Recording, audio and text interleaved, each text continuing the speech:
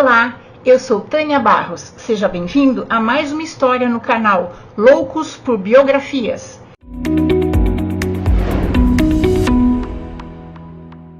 Hoje vamos conhecer um pouco da vida e da obra de Oswaldo Cruz. Ele foi um médico, sanitarista, bacteriologista e epidemiologista brasileiro, que ficou marcado pelo combate às epidemias no Brasil. Ele foi o responsável pela erradicação da febre amarela que afetava o Rio de Janeiro no começo do século XX, na época capital federal, e por ter organizado o combate às pestes bubônicas e à varíola do nosso país. Oswaldo Cruz esteve por trás do desenvolvimento de institutos que produziam soro no Brasil. Mais um brasileiro que vale a pena conhecermos a história.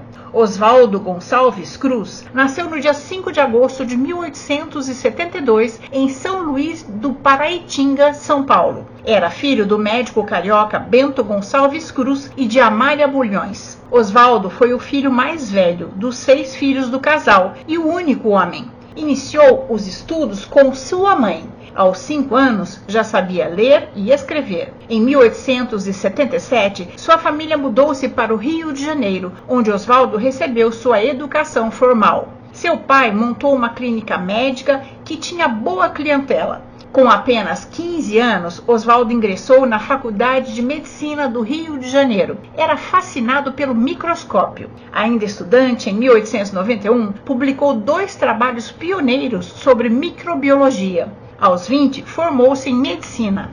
Em 1892, defendeu sua tese, Veiculação microbiana pelas águas do Rio de Janeiro. Essa tese encaixava-se nos novos estudos que analisavam o papel do micro-organismo na propagação de doenças. Nessa mesma época, conheceu Sales Guerra, que o indicou para o Gabinete de Anatomia Patológica do Rio de Janeiro. Oswaldo começou a trabalhar no laboratório de bacteriologia e dava aulas na cadeira de higiene da Faculdade de Medicina.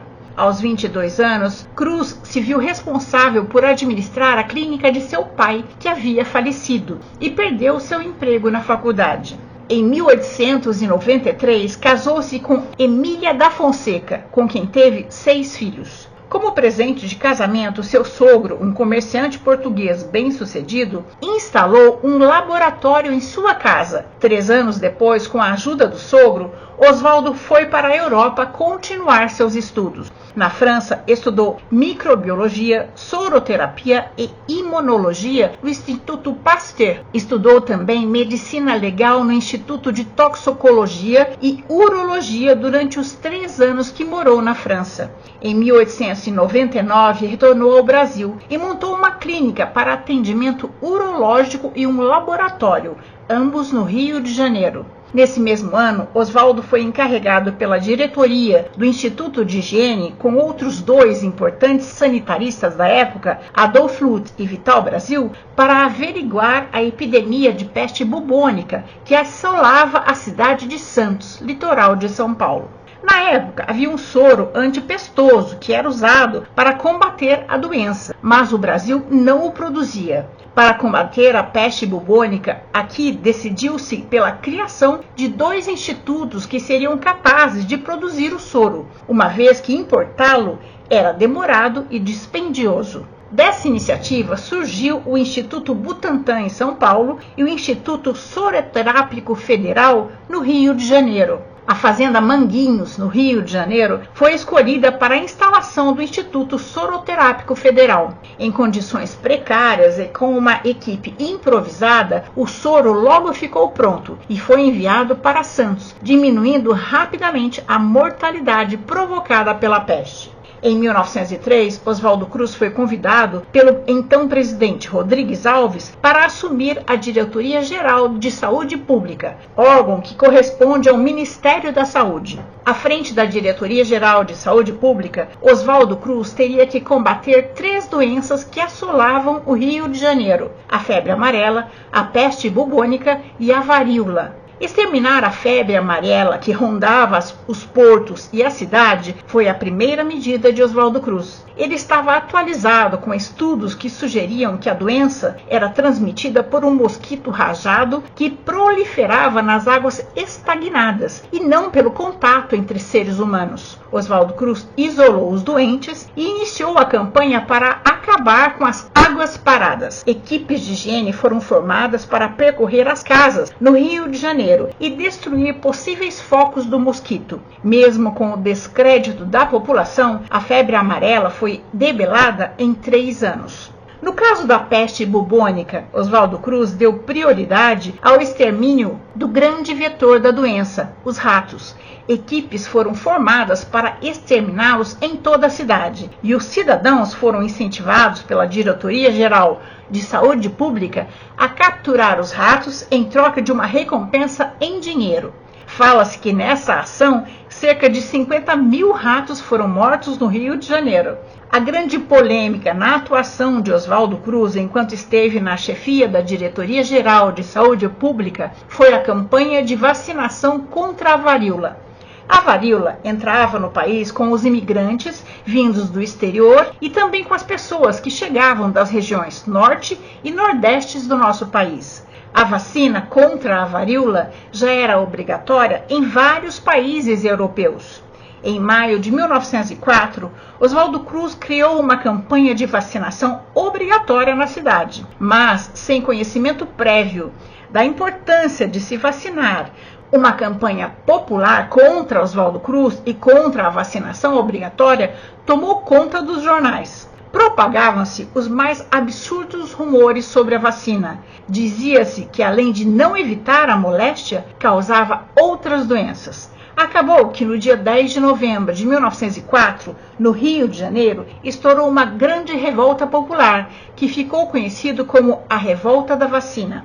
Houve vandalismo em vários bairros e, em meio a isso, aconteceu uma tentativa de golpe militar e dezenas de pessoas foram mortas. Somente após 2 semanas, no dia 23 de novembro, quando a obrigatoriedade de se vacinar foi revogada, é que a situação na capital começou a se normalizar.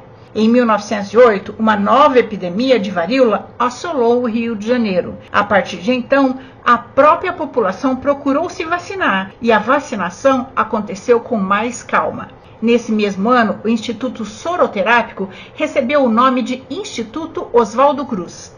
Após a revolta da vacina, Oswaldo Cruz seguiu na Diretoria-Geral de Saúde Pública e realizou estudos sobre as condições sanitárias de outras regiões do país. Elaborou um plano de combate à tuberculose, mas sem muito sucesso. Em 1909, com a saúde abalada, Oswaldo Cruz deixou a direção de saúde pública, dedicando-se apenas ao Instituto Oswaldo Cruz. Mesmo doente, em 1910, aceitou o convite para chefiar uma expedição que acompanharia as obras da estrada de ferro Madeira-Marmoré, que era construída na região norte do Brasil.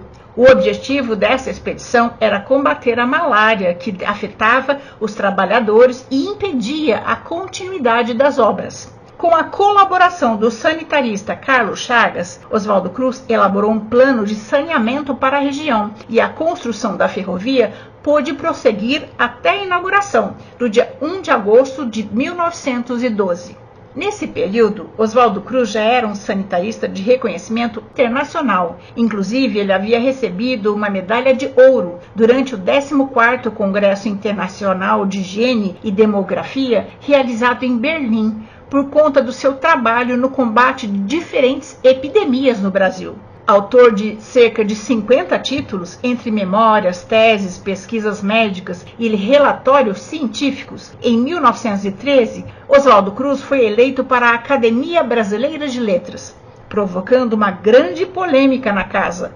Alguns achavam que a academia somente deveria abrigar literatos. Em 1915, afastou-se do Instituto Oswaldo Cruz por motivos de saúde e mudou-se para Petrópolis. Tornou-se prefeito da cidade. Assumiu o cargo no dia 18 de agosto, mas muito doente, renunciou em janeiro do ano seguinte.